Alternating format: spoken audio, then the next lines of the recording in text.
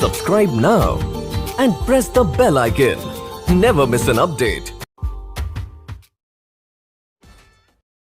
Current through a galvanometer of unbalanced Wheatstone bridge आणि असंतुलित Wheatstone bridge के galvanometer से प्रवाहित धारा है। देखिए व्हीटस्टोन ब्रिज दो प्रकार का होता है, एक संतुलित और एक असंतुलित। संतुलित व्हीटस्टोन ब्रिज में क्या होगा, जिसमें गैल्वेनोमीटर से होकर धारा प्रवाहित नहीं होगा, और यहाँ है असंतुलित व्हीटस्टोन ब्रिज यानी इसमें गैल्वेनोमीटर में धारा प्रवाहित होता है। अब अगर धारा प्रवाहित होगा तो धारा कितना प्रवाहित होगा इसको हम लोग को निकालना है। देखिए व्हीटस्टोन ब्रिज में हम लोग को मालूम है 4 प्रतिरोध होगा और चारों प्रतिरोध को चतुर्भुज के रूप में जोड़ा जाता है। तो देखिए यहाँ पे मान लीजिए कि व्हीटस्टोन ब्रिज में ये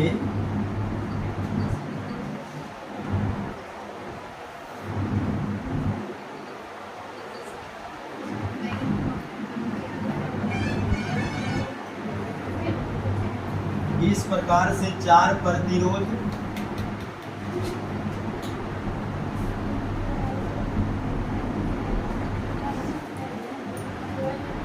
जोड़ा गया, ठीक है। एक प्रतिरोध का नाम P, Q, R, S, ठीक है। A बिंदु, P बिंदु, C और D। देखिए व्हीटस्टोन ब्रिज में 4 प्रतिरोध P, Q, R, S और चारों प्रतिरोध को एक चतुर्भुज ABCD के रूप में जोड़ दिया जाता है। उसके बाद A और C के बीच करंट सप्लाई कराने के लिए एक सेल जोड़ दिया जाता है, प्लस माइनस सेल का भाग पर E मान लेते हैं, और उसके बाद B और B के बीच क्या रहेगा, वो सेल तो किसका, गैल्वेनोमीटर का। गैल्वेनोमीटर का प्रतिरोध G मान लिए। अब इसमें धारा का बंटवारा समझिए। यहाँ से देखिए सेल प्लस टर्मिनल से क्या निकलेगा, आई धारा, और ये आई धारा ए जंक्शन पर आने के बाद 2 पार्ट में बट जाएगा। कुछ करंट पी प्रतिरोध को मिलेगा, कुछ करंट आर को मिलेगा। तो मान लीजिए कि ऊपर I1 गया और नीचे I2 गया, तो हम I को क्या मानेंगे, I1 प्लस I2, क्योंकि यही I 2 भाग में बढ़ता है।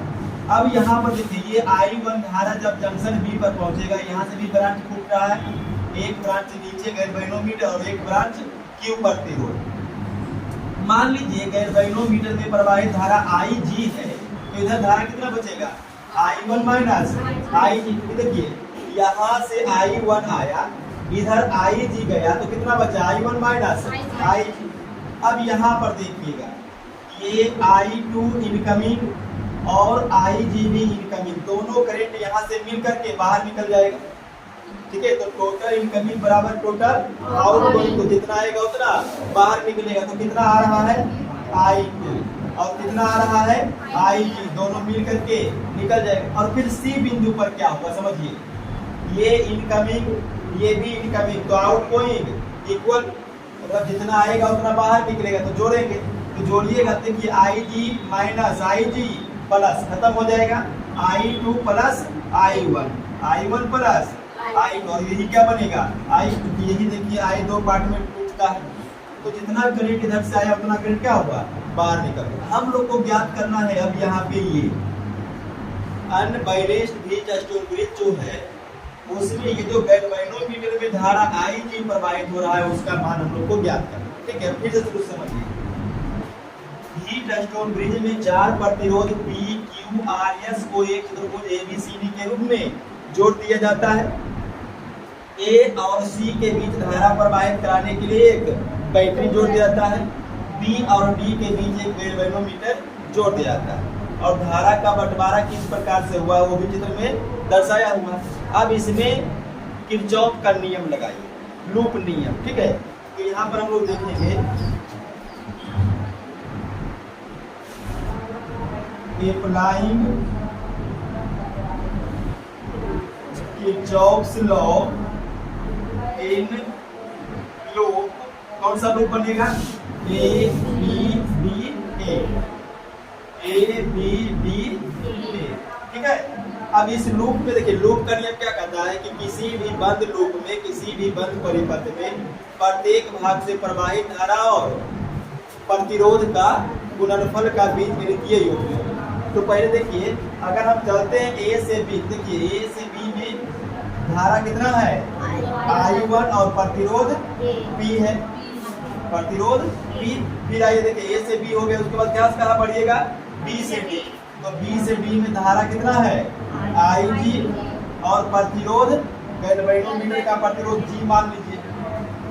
उसके बाद डी से ए में धारा I2 प्रतिरोध R, तो धारा और प्रतिरोध का गुणनफल और उसका बीजगणितीय योगफल। तो बीजगणितीय योगफल के लिए किरचॉफ का पहला नियम, अगर किसी बिंदु से निकलने वाली धारा को धनात्मक मानिएगा तो उस बिंदु पर आने वाली धारा माइनस हो जाएगी।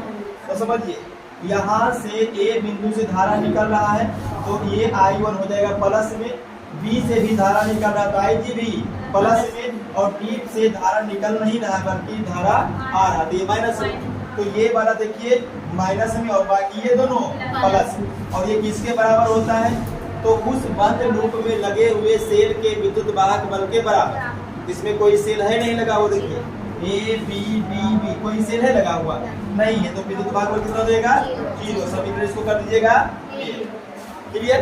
अब और आगे बढ़िए, अप्लाइंग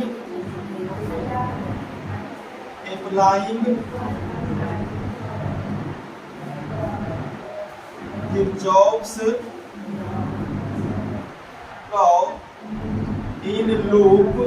अब दूसरा लूप बनाइए बी सी डी, एक लूप बन जाएगा बी सी डी।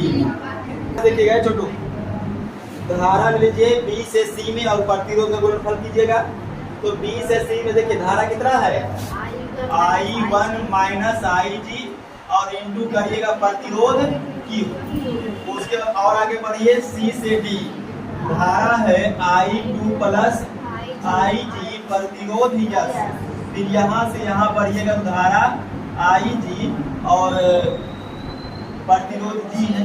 और अब ध्यान दीजिए, कहता है कि प्रत्येक भाग से प्रवाहित धारा और प्रतिरोध का गुणनफल ये हो गया, उसका बीजगणितीय योगफल। देखिए बी से धारा निकल रहा है प्लस मान लीजिए, अब सी से धारा निकल रहा है क्या सी पर आ रहा उल्टा हो गया, डी से भी धारा निकल रहा है नहीं निकल वो भी आ रहा। देखिए ये दोनों डायरेक्शन एक है और ये अलग है, तो इसको मानिएगा प्लस, तो ये दोनों माइनस में, और इसमें भी कोई सेल नहीं लगा हुआ है तो इसका भी EMF कितना हो जाएगा 0।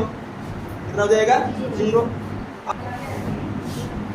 इसके बाद देखिए यहाँ पर अगर गुना कर दीजिएगा, ठीक है, तो I1 गुना Q माइनस IG गुना Q, फिर माइनस देखो I2 गुना S minus plus minus IG गुना यस, फिर माइनस IG इंटू G बराबर 0। और देखिएगा IG वाला को एक साथ कर लीजिएगा, IG वाला को एक साथ, तो I1 Q रह जाएगा माइनस IG को कॉमन लीजिए, तो IG कॉमन जाएगा तो क्या बचेगा Q, IG कॉमन गया तो यस और IG कॉमन गया तो देखिए माइनस आगे में कॉमन लिए तो जो माइनस क्या हो जाएगा प्लस में, तो माइनस देखिए यस था प्लस में, माइनस भी था तो प्लस में, और बचा हुआ क्या है छोटू माइनस I2 यस बराबर 2। समीकरण कर दीजिए इसको, तो बराबर 0 समीकरण 2 कर दीजिए।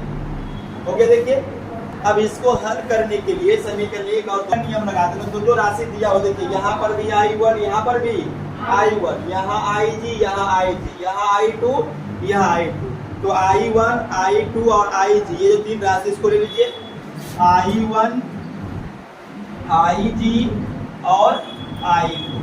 अब डिटर्मिनेंट के लिए नीचे में डिटर्मिनेंट ले लीजिए, ये I1 प्लस I2 है,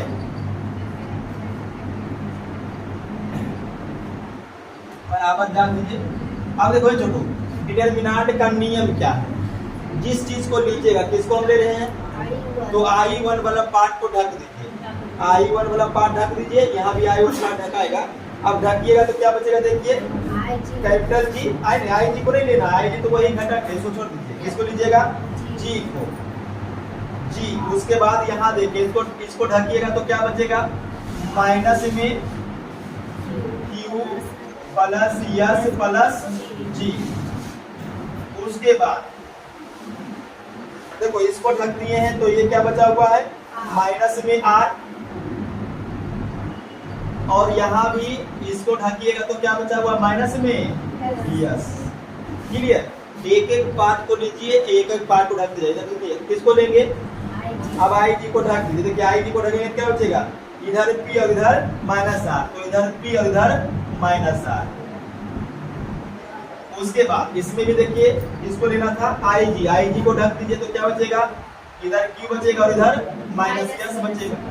अब I2 को लीजिए, I2 को ढकिए तो क्या बचेगा, देखिए P और G, तो इधर P और इधर G।